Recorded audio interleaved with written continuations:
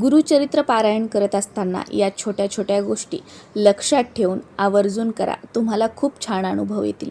गुरुचरित्र पारायण करत असताना वाचनाची वेळ 7 दिवसांचे करत असाल तर 7 दिवस किंवा 3 दिवसांचं करत असाल तर 3 दिवस एकच ठेवण्याचा प्रयत्न करा. पहिल्या दिवशी ज्या वेळेला वाचला आहे पुढचे 7ही दिवस किंवा 3ही दिवस त्याच वेळेला वाचण्याचा प्रयत्न करा. कधी काही अडचण वगैरे आली तर इकडे तिकडे थोडासा वेळ झाला तर काही हरकत नाही, पण आज सकाळी वाचलं, उद्या दुपारी, परवा संध्याकाळी असं करू नका.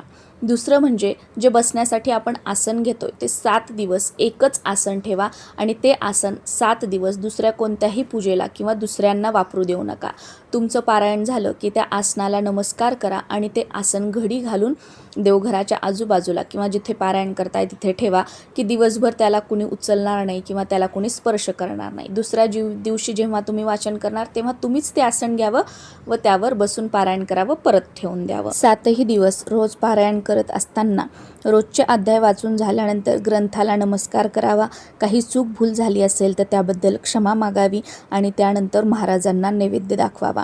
नैवेद्यामध्ये तुम्ही साखर, खडीसाखर, पेढा किंवा एखादा गोड पदार्थ, बासुंदी, खीर किंवा शिरा बनवून दाखवला तरीसुद्धा चालतो किंवा हेही शक्य नसेल तर एखाद्या फळाचा किंवा ड्रायफ्रूटचा तुम्ही नैवेद्य दाखवला तरीसुद्धा चालतो.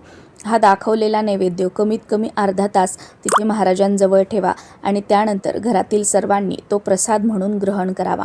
हा 7 दिवसांमध्ये दाखवलेला नैवेद्य पायंदळी येऊ देऊ नये किंवा खरकट्यामध्ये सुद्धा टाकू नये किंवा घरातील बाहेर इतर व्यक्तींना तो खाण्यासाठी देऊ नये. घरातील व्यक्तींनीच तो ग्रहण करावा आणि नैवेद्य दाखवून झाल्यानंतर आवर्जून महाराजांची आरती करावी.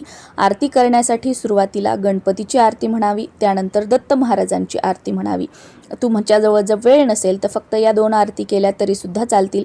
तुम्हाला जर शक्य असेल तर ह्या 2 आरती झाल्यानंतर परत स्वामींची आरती तुम्ही घेऊ शकता. त्यानंतर आपली कुलदेवी आणि कुलदैवत यांची आरती, या प्रकारे तुम्ही रोज 5 आरती करून आपलं आसन जे आहे ते तुम्ही सोडू शकता. आरती झाल्यानंतर घरातील सर्वांनी आरती घ्यायची आहे, त्यानंतर आसनाला नमस्कार करायचा आणि मग आपलं आसन सोडायचं आहे.